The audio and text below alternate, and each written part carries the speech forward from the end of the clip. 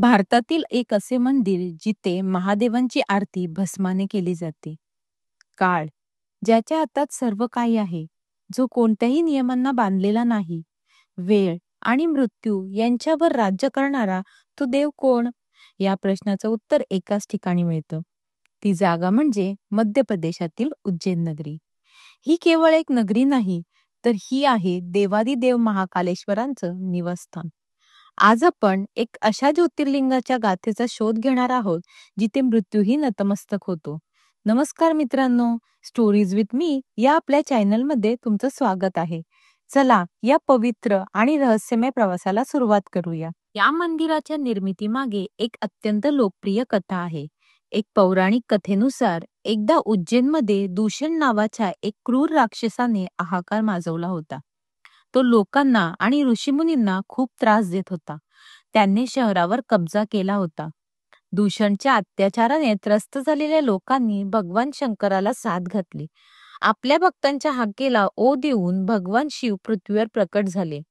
त्यांचा क्रोध इतका प्रचंड होता की त्यांनी क्षणार्धात त्या दूषण राक्षसाचा वध केला. त्यानंतर भक्तांनी आणि ऋषीमुनींनी भगवान शंकराला विनंती केली, हे देवादिदेवा, तुम्ही ह्याच ठिकाणी कायमचे वास्तव्य करावे.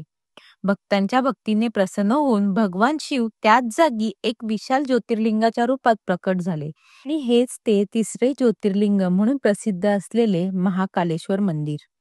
महाकालेश्वर मंदिराचे सर्वात मोठे वैशिष्ट्य म्हणजे येथील भस्मारती. ही आरती पाहण्यासाठी देश विदेशातून भक्त येत असतात. ब्रह्ममुहूर्तावर म्हणजेच पहाटेच्या वेळी ही आरती केली जाते.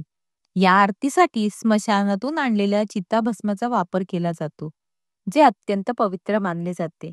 भगवान शिवाला भस्म लेपून ही आरती केली जाते. ही केवळ एक पूजा नाही, तर हे जीवन आणि मृत्यूच्या चक्राचे प्रतीक आहे. भस्म म्हणजे राख, जी ही गोष्ट दर्शवते की हे जग नश्वर आहे आणि प्रत्येक गोष्ट अखेरीस राखेमध्ये मिसळते. ही आरती पाहिल्याने माणसाला वैराग्य आणि आध्यात्मिक शांतीचा अनुभव येतो, अशी श्रद्धा आहे. मंदिराची स्थापत्यकला अतिशय आकर्षक आहे. हे मंदिर 3 भागांमध्ये विभागले आहे. सर्वात खाली महाकालेश्वर ज्योतिर्लिंग आहे, त्याच्यावर ओंकारेश्वर आणि सर्वात वर नागचंदेश्वर मंदिर. नागपंचमीच्या दिवशीच नागचंदेश्वर मंदिराचे दरवाजे उघडले जातात. तर मित्रांनो, ही होती महाकालेश्वरची गाथा. हे केवळ एक मंदिर नाही, तर हा जीवन आणि मृत्यूच्या सत्याचा अनुभव आहे. इथे आल्यावर फक्त डोळेच नाही, तर मनही भरून येते. खरंच असं म्हणतात की महाकालेश्वरच्या दरबारात एकदा तरी गेल्यावर जीवनातल्या सर्व संकटावर मात करण्याची शक्ती मिळते. हा अनुभव केवळ शब्दात सांगण्यासारखा नाही, तो प्रत्यक्ष अनुभवावा लागतो. पुढच्या वेळेस आपण अशाच एक आणखी अद्भुत कथेसोबत पुन्हा भेटू.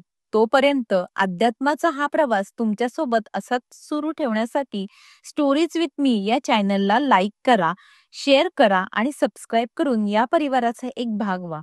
पुन्हा भेटू एक नव्या कथेसह. हर हर महादेव.